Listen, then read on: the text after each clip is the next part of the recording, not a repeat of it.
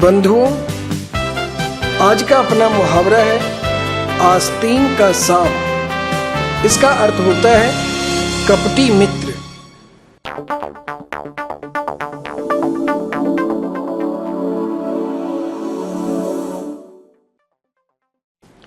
समाज में हर तरह के लोग रहते हैं, कुछ अच्छे हैं तो कुछ बुरे हैं, पर कुछ लोग ऐसे भी हैं जो ऊपर से तो अच्छे दिखते हैं पर अंदर ही अंदर बुरा करते हैं। मित्र बनकर इतना नजदीक आ जाता है कि लगता है इससे बढ़कर दूसरा कोई शुभचिंतक होगा ही नहीं, पर वही जब अहित करता है तब एक मुहावरा बन जाता है आस्तीन का सांप। इस मुहावरे के भावों को वाक्यों के द्वारा प्रकट करने की कोशिश की जाएगी। पहला वाक्य है, महेश मेरा सबसे करीबी मित्र है, मैं उसे सारी बातें बता देता हूं। कुछ दिनों में मेरी बातें सबको पता चल जाता है। एक दिन पता चला कि महेश ही आस्तीन का सांप है, वही सबको बता देता है। देखिए, इस वाक्य में विश्वासघात झलकता है। विश्वास करके वह अपनी बातें बताता है, पर कपटी मित्र उन बातों को उजागर कर देता है। मित्र धर्म नहीं निभाता है, बल्कि मित्रता के नाम पर बदनाम करता है। इसीलिए जांच परख कर मित्र बनाएं एवं उससे अपने मन की बातों को कहें। दूसरे वाक्य में देखिए, आप जो मुझे आस्तीन का सांप समझ रहे हैं ना, वह आपकी भूल है।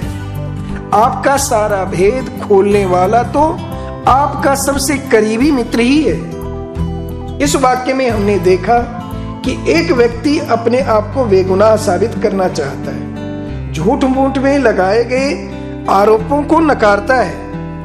वह उसी व्यक्ति को दोषी साबित करना चाहता है जो सबसे नजदीकी मित्र है। हम कई बार भावनाओं में अच्छे बुरे को पहचान नहीं पाते। तीसरे वाक्य में देखिए, देश के सिपाही बाहरी दुश्मनों से देश की रक्षा कर लेते हैं, पर अपने ही आस्तीन के सांप से कैसे देश को बचाएं, ये उनके लिए चुनौती भरा काम है। इस वाक्य में मुहावरे से एक अलग ही भाव झलक रहा है। बाहरी दुश्मनों से लड़ना सरल काम है, पर घर में छुपे हुए दुश्मनों से लड़ना बहुत ही कठिन काम है। हम घर के दुश्मनों को जल्दी पहचान ही नहीं पाते हैं, इसीलिए उनसे लड़ना सच्चे सिपाहियों के लिए बड़ा ही मुश्किल हो जाता है। चौथे वाक्य में देखिए, आस्तीन का सांप बनकर कोई फायदा नहीं होता। जिस दिन भेद खुल जाता है, सब उससे दूर होने लगते हैं। इस वाक्य में यह बताने की कोशिश की गई है कि कपटी चरित्र वाला व्यक्ति कुछ दिन तक ही दूसरों को धोखा दे सकता है। जिस दिन उसकी कलई खुल जाती है, उस दिन वह अकेला पड़ जाता है, सब उससे दूर भागने लगते हैं। पांचवें वाक्य में देखिए, क्यों मुझे आस्तीन का सांप बनाने पर तुले हो? अपनी अंतरात्मा से पूछो कि किसने किसको धोखा दिया है। यहां एक अलग ही भाव निकल कर सामने आ रहा है। एक व्यक्ति कह रहा है कि झूठ मूठ में मुझे धोखेबाज मत बनाओ, धोखा तुमने मुझको दिया है और ऊपर से मुझे ही धोखेबाज बनाने पर तुले हो, जो सही नहीं है।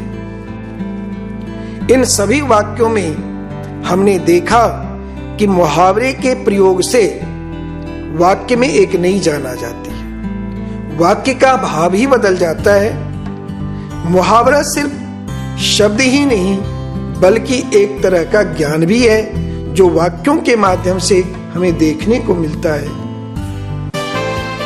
कल हम फिर एक नए मुहावरे के साथ मिलेंगे। तब तक के लिए धन्यवाद।